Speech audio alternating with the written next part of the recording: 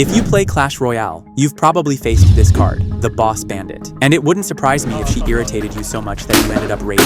When Supercell released her back in April 2025, the community was incredibly excited. A brand new champion, with flashy mechanics and a unique playstyle. The initial reveal trailer showcased her in all her glory, a roguelike figure, shrouded in mystery, with a flair for dramatic entrances and even more dramatic exits. Her animations were fluid, her design sharp, and her promised abilities sounded revolutionary. The community, always eager for new content and fresh meta shifts, erupted with excitement. Reddit forums buzzed, YouTube content creators dedicated entire videos to speculating about her potential, and social media feeds were flooded with theories. However, as is often the case with such releases, the initial wave of widespread enthusiasm quickly began to recede, replaced by a much darker, much more frustrated tide.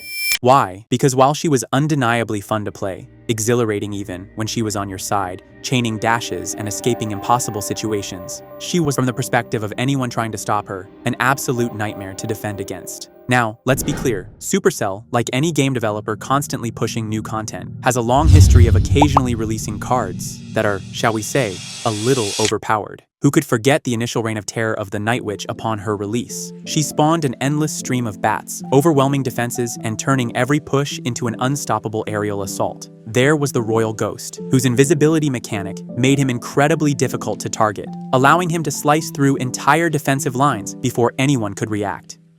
And so, how does the Boss Bandit actually work? First, she has a powerful dash mechanic that lets her lunge at targets and deal bonus damage. Combined with her ability, the Getaway Grenade, she can teleport backward, turn invisible for a short duration, reset enemy targeting, and set up another dash. She can do this twice in a single deployment. In other words, even if you think you've trapped her, she escapes and comes back ready to wreak havoc again.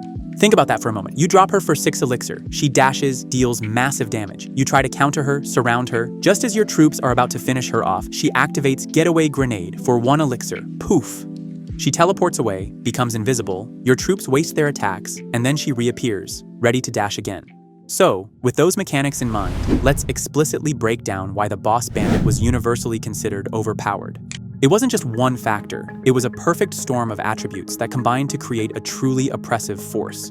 Her dash was not merely an aggressive movement ability, it was a weapon of mass destruction for medium health units. The bonus damage on the dash meant that troops that would normally survive a single hit from many offensive cards were instantly deleted by the Boss Bandit.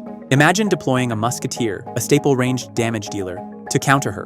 If your placement was off by a single tile, or your timing was a fraction of a second too late, the Boss Bandit would dash, and poof, your 4 elixir musketeer was gone. The Getaway Grenade ability was perhaps the most infuriating aspect of facing her. Thanks to her ability, the Boss Bandit boasted survivability that was almost unparalleled for a ground troop. If you've enjoyed the video up to this point, a quick thumbs up would mean a lot. It really helps the channel. Anyway, back to the topic. For a card costing 6 elixir, the Boss Bandit offered an astonishing amount of value, making her perhaps the most elixir-efficient card ever released in her initial state. She wasn't just one thing. She was a win condition, a defensive tool, and a counter-push card at the same time. Most powerful cards tend to excel in 1 or 2 specific deck archetypes. Not the Boss Bandit. Her versatility was astounding, allowing her to slot into almost any popular deck archetype, instantly elevating its power level. She fitted in bridge spam, as well as control decks and even beatdown decks. The community's reaction was immediate and loud. Reddit threads filled up with posts calling her impossible to counter, completely unfair, and game-breaking.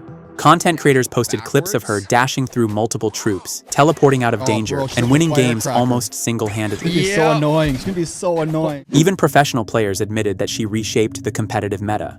When one card dominates the game like this, you know it's overpowered. The sheer volume of negative feedback was a clear indicator that Supercell had, inadvertently, unleashed a monster.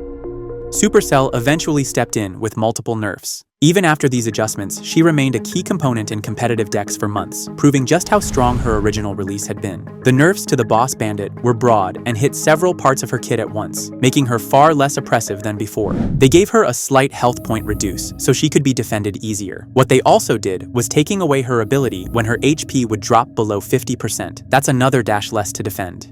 The cooldown on her Getaway Grenade was increased, which stopped her from spamming her escape tool and reset ability, lowering both her survivability and the non-stop pressure she used to apply.